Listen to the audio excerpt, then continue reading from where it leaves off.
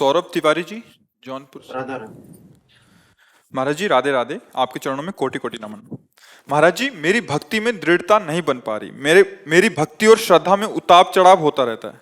कभी तो बहुत अच्छी चलती है और कभी मध्यम। पहली बात है, जो आचार्य महापुरुषों का उसको समझो। दीर्घ काल निरंतर सत्कार सेवितो दृढ़ भूमि। दृढ़ता कब आती है?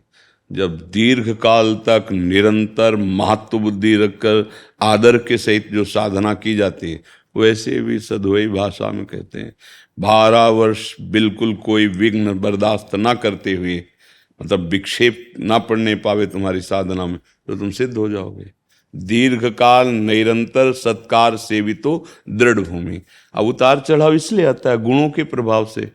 हमारा अंतःकरण अभी गुणातीत थोड़ी हो गया है। 3 गुण है, सतोगुण, रजोगुण, तमोगुण। जब सतोगुण आएगा तो भक्ति अच्छी लगेगी, रजोगुण आएगा तो भोग अच्छा लगेगा, जब तमोगुण आएगा तो निद्रा आलस्य प्रमादोत्तम तत्तामस मुदाहृतम। नींद में पड़े रहना, आलस्य होना, अरे कौन भजन करे, प्रमाद होना, ऐसा। तो ये 3 गुणों का, रजोगुण भोग का मतलब अब चलो फिल्म देखते हैं या फिर ऐसा करते हैं, मतलब नाना प्रकार का प्रपंच अच्छा लगेगा। और जब शत्रुगुण आएगा तो फिर भक्ति की तरफ मन लगता है। ऐसा ही होता है। तो हाँ, तो हम शास्त्र की बात बता रहे, तो वही सब शास्त्र जो लिखा हुआ कानून है यहाँ का आंतरिक। अब अगर हमारा नाम निरंतर चलता रहा तो इन त्रिगुणों के प्रभाव को रोक देगा, पर दीर्घ काल, ऐसे माला 2 माला की बात नहीं है। दीर्घ काल निरंतर सत्कार सेवितो दृढ़ भूमि। अगर नाम जप नहीं चल रहा है तो भ्रष्ट भी कर देंगे, ये कोई साधारण नहीं है। अपने में तन्मय किए और जिस विषय का दृश्य सामने उपस्थित किया वो गिरा देंगे, फिर मन ही नहीं लगेगा। पाप बन जाए ना तो फिर भजन में मन नहीं लगता।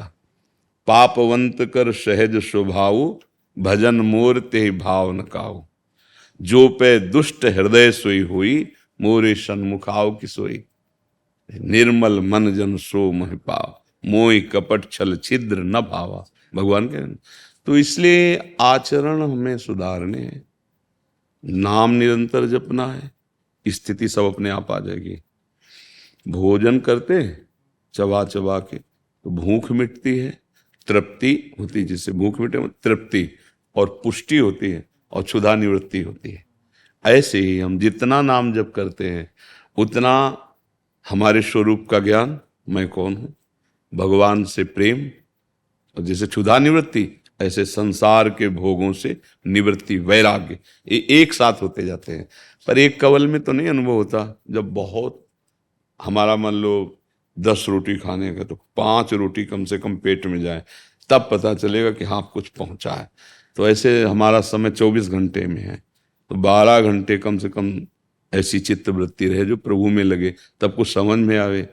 इसलिए निरंतर निरंतर हमें प्रभु, तब वो दृढ़ भूमि होती है। पर जैसे आप चल रहे हो और थोड़ा थोड़ा कसते जाओ, बढ़ाते जाओ, तो निरंतरता में आ जाएगी।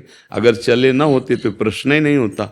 भगवान की कृपा कि आप चलना सीखे परमार्थ में, तो आप कदम और मजबूत रखो और शीघ्रता पूर्वक रखो, अर्थात भजन बढ़ाओ और भोगों से हटने की चेष्टा करो।